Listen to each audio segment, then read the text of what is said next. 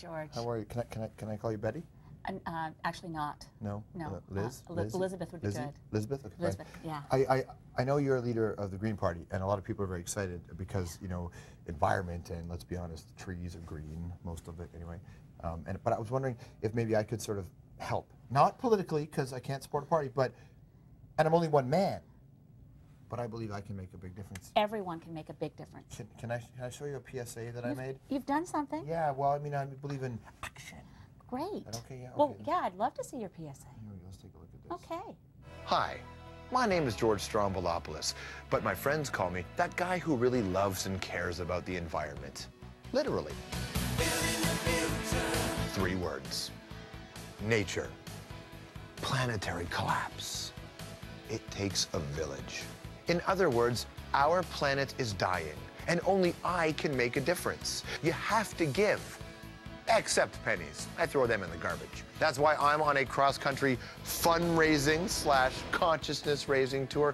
Toronto, Victoria, Hamilton, Vancouver, St. John's, Yellowknife, Scarborough, Iqaluit, Nanaimo. Oh, and it doesn't stop there.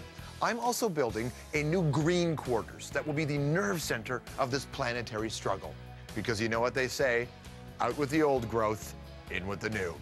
Do it. I can. Together. What do you think? Oh, George, I really don't, I'm speechless. I love it. The leader of the Green Party. Her name is Elizabeth May. Now, Elizabeth May does politics a little differently. She's not big on driving cars. She won't use a cell phone, but she's not afraid to speak her mind. And trust me, what she says can be controversial. Tonight, we've actually got someone who wants to make history in that election, win her party's first seat. The leader of the Green Party, Elizabeth May, will be here in a moment. But first, her bio.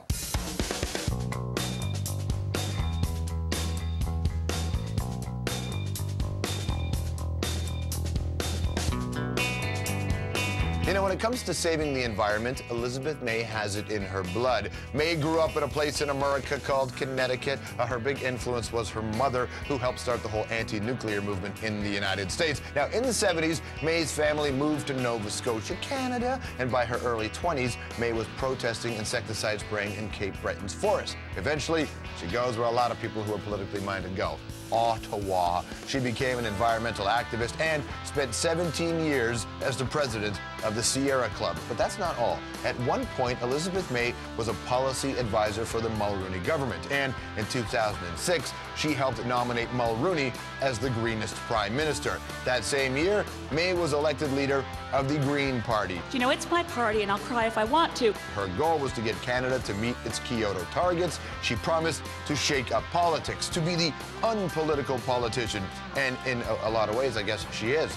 She hasn't owned a car since 1980. She won't use a cell phone. And in the morning, she'll take the train to Montreal. And at night, she'll take the bus back to Ottawa. But look, May has found out that politics is not always easy. The thought of a Stephen Harper majority for Canada, it frankly scares the hell out of me. She's taken a lot of heat for a press release that describes Canada's soldiers in Afghanistan as Christian crusaders. But May stands by her words, never afraid to fight. The Green Party support in the polls is up. It now sits around 10 to 12%. And in the next election, May hopes to win the party's first seat in Parliament. My friends, the leader of the Green Party, Elizabeth May. Welcome to the show. It's good to see you. Oh, it's so good. How are you? So, about 18 months in the position, about that? About that. What have you learned from your time in Ottawa in this context? In this context, I've learned that politics is pretty nasty. I've also learned that we need to stop allowing democracy to be in the hands of politicians. Remember when we say war is too important to be left to the generals? Democracy is way too important to be left to the politicians. And we desperately need Canadians to decide that politics and following politics and getting involved is worth the effort because our lives depend on it. It's the fault of the Canadians, though. They just don't vote enough. That's not entirely the truth. I think that a lot of the disengagement and disenchantment with politics can be laid directly at the door of politicians who seem to be working from, you know, scripts. They're rehearsed, it's artificial, and they don't really tell people the truth. So I figured I'd shake up politics, as you heard in the bio, tell the truth all the time, be, you know, sort of a heretical stance in politics, and see what happened. Do you think the people want that? I think people are desperate for politicians. I think the fact that we can talk about a hopeful future, that we can shift the agenda to saying, what do we need to do now so our kids have a livable world, and not be living under this tyranny, oh, we can't do anything or it'll hurt the economy. People are sick of those lies. You know that if your party wins one seat, right? Yeah. Is that your daughter clapping? No, that would be my grandchildren. Okay. If you win one seat, just one seat, it will be considered a major success for the Green Party. Just imagine what's going to happen when we win more than one seat. Right. What? Yeah. So my question is, and that may happen in 10 or 50, 100 years, but I'm kidding. What's the goal of the Green Party in this election? Change. My main goal is to ensure that Stephen Harper is not the Prime Minister at the end of the next election. That, to me, is critical for our planet. But you know it's not going to be you as the Prime Minister, so who do you want to be the Prime Minister? Right. Well, I am, of course, my first choice to be Prime Minister. No, I need to make that clear. Well, then, but my second choice, right, and he's a fine, fine man, you had him in this chair on Monday, is Stéphane Dion. You want the Liberal to be, boy, Jack Layton must be all up in your grave. Well, I wouldn't mind if Jack was going to be Prime Minister, but the point is he's not going to be. He just doesn't want to admit it. And unfortunately, his election strategy seems to continue to be that the enemy of the NDP are the Liberals, so that he can eventually become leader of the opposition and eventually become Prime Minister. You say we have 1,500 years to get to power. Yeah. Whatever time the NDP has, we don't have time for those strategies. We have got to have the kind of political leadership that recognizes the climate crisis and takes real action. So is it a one-issue party then? No. Because you know that the Liberal Party and the Green Party are not the same party. No. And so to their supporters, if you wanted Stéphane Dion to be the Prime Minister, why are they voting for you? Why don't they just vote for the Liberals? Well, we can't have, and this is, of course, in a democracy, you need to trust into the wisdom of the electorate.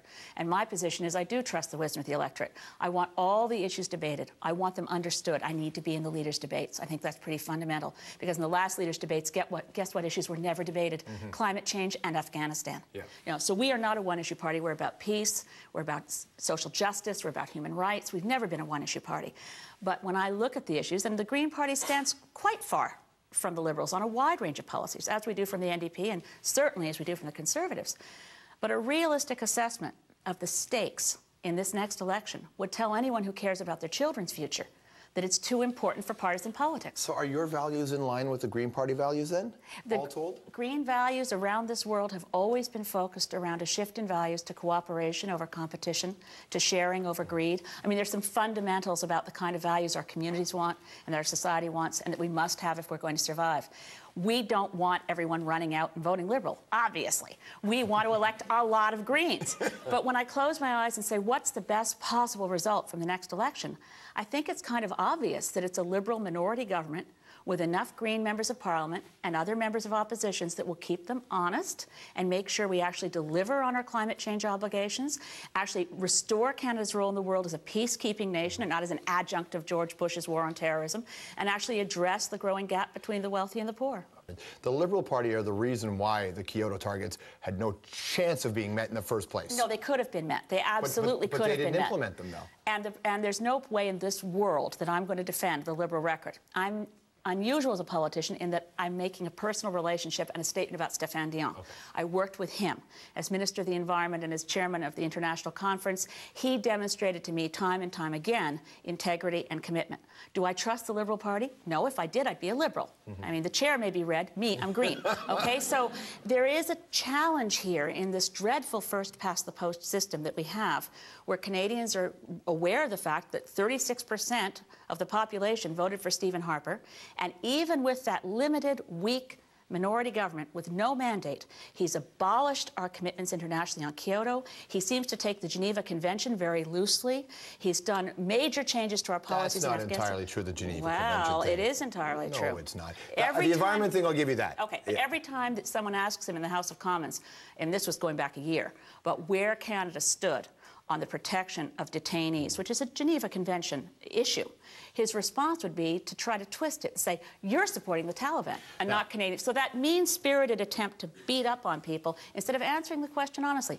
Yes, we care about the Geneva Convention. We're going to respect human rights. Okay, let's talk about you here, because you know that we live in essentially a two-and-a-half-party system in this country. So I can just imagine the enormous challenges that you face leading a party into the next election. I just need to ask you a personal question, because you are a tireless fighter.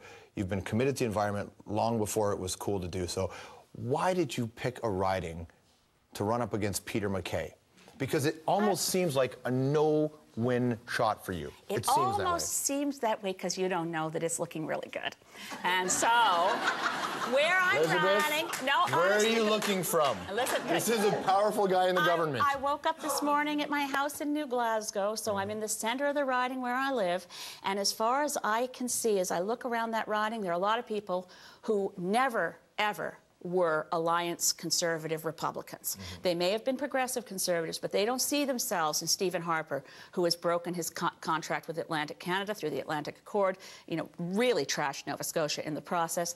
Peter MacKay is understood locally. He's a very nice guy, but no power in the Harper cabinet, because let's face it, no one in that cabinet has any power except Stephen Harper. And Stéphane Dion isn't even running a candidate in that riding. Is that a little political trade? That was just actually, it had very little to do with politics and everything to do with Stéphane Dion and me wanting to send a message that climate change was more important than partisanship.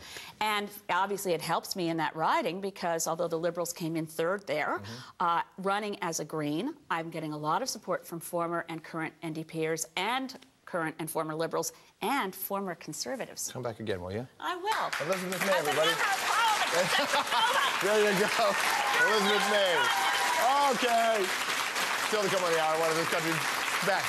Certainly. Thanks for coming in. Thank you.